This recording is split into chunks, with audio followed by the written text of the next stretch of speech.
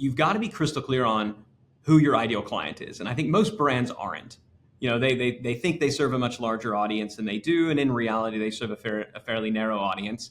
And if you're saying, I'm talking specifically to this person, then I'd say you can probably go a little bit farther than you think you can with the quote unquote clickbaitiness. Because really, when we talk about clickbait, what we're really talking about is engaging communication.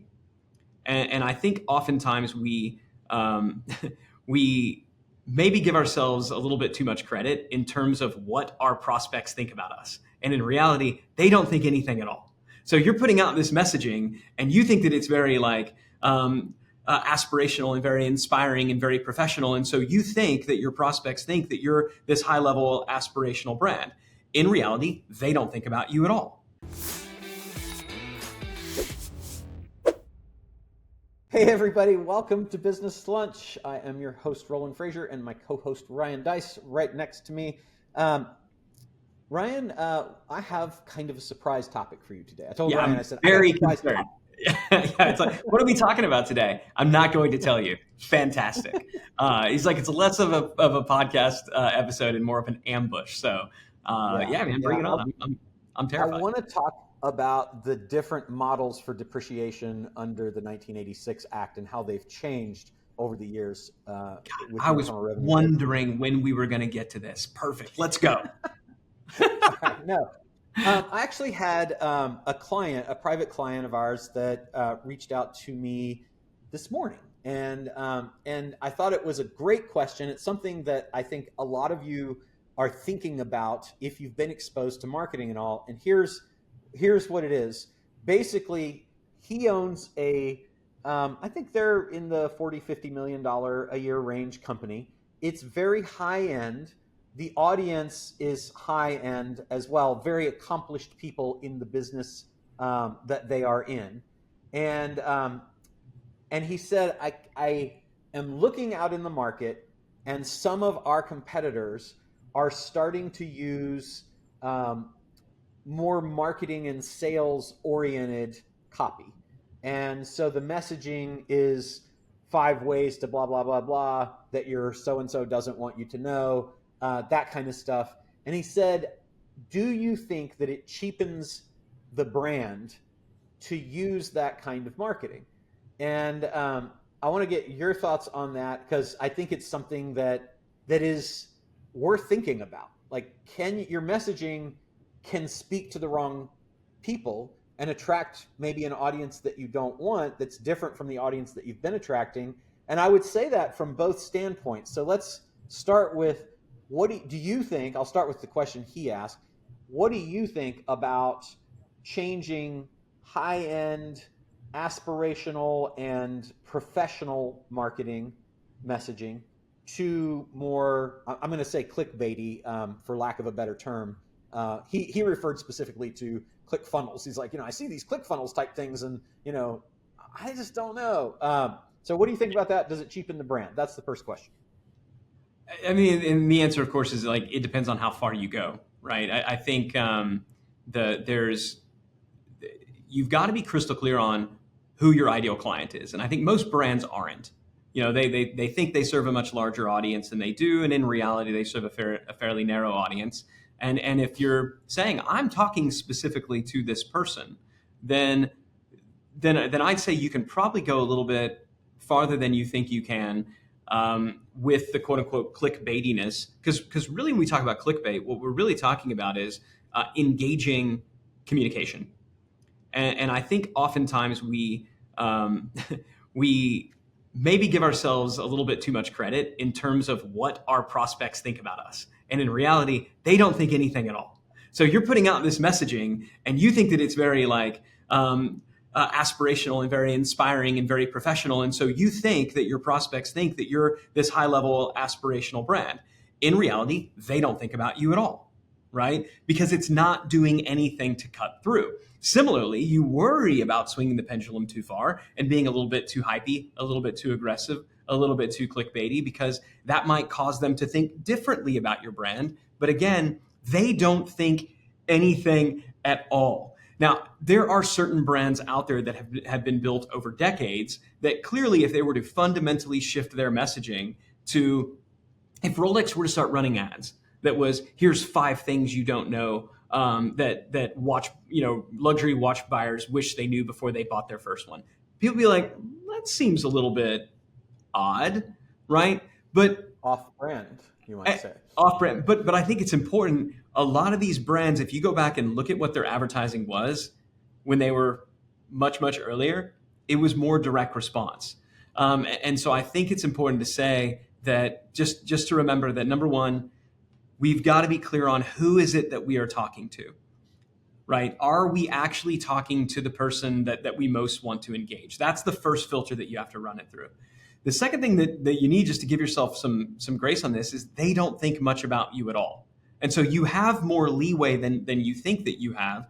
But ultimately, if I would much rather people see me and be mildly annoyed than be completely ignored because none of our messaging was breaking through. So I do think that most brands, even the higher end, even the luxury brands, could be a little bit more persuasive, let's just say, in their messaging than they think they can.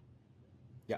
So I agree with you. I think that if you look at what I told him is, I said, it depends on who you are speaking to.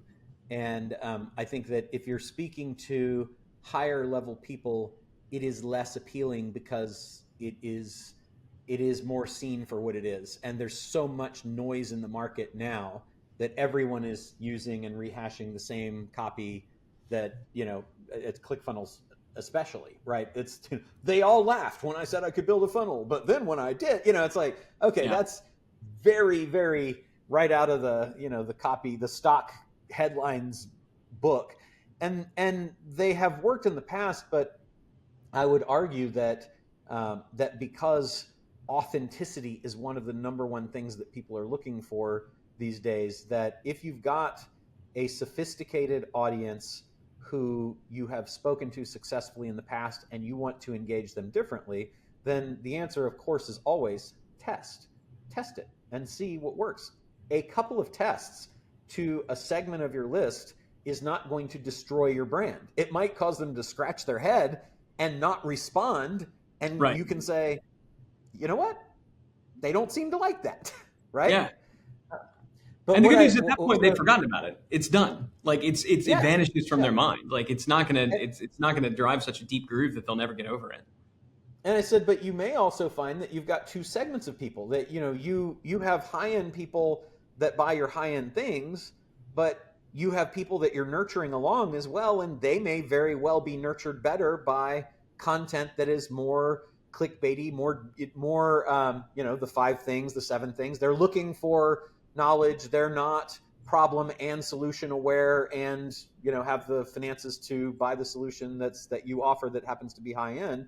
So it might make sense to segment your audience, but anything that you do is going to repel some people and attract others. And ideally, you're attracting the people that you want, repelling the people you don't. And you can use copy to do that at any level.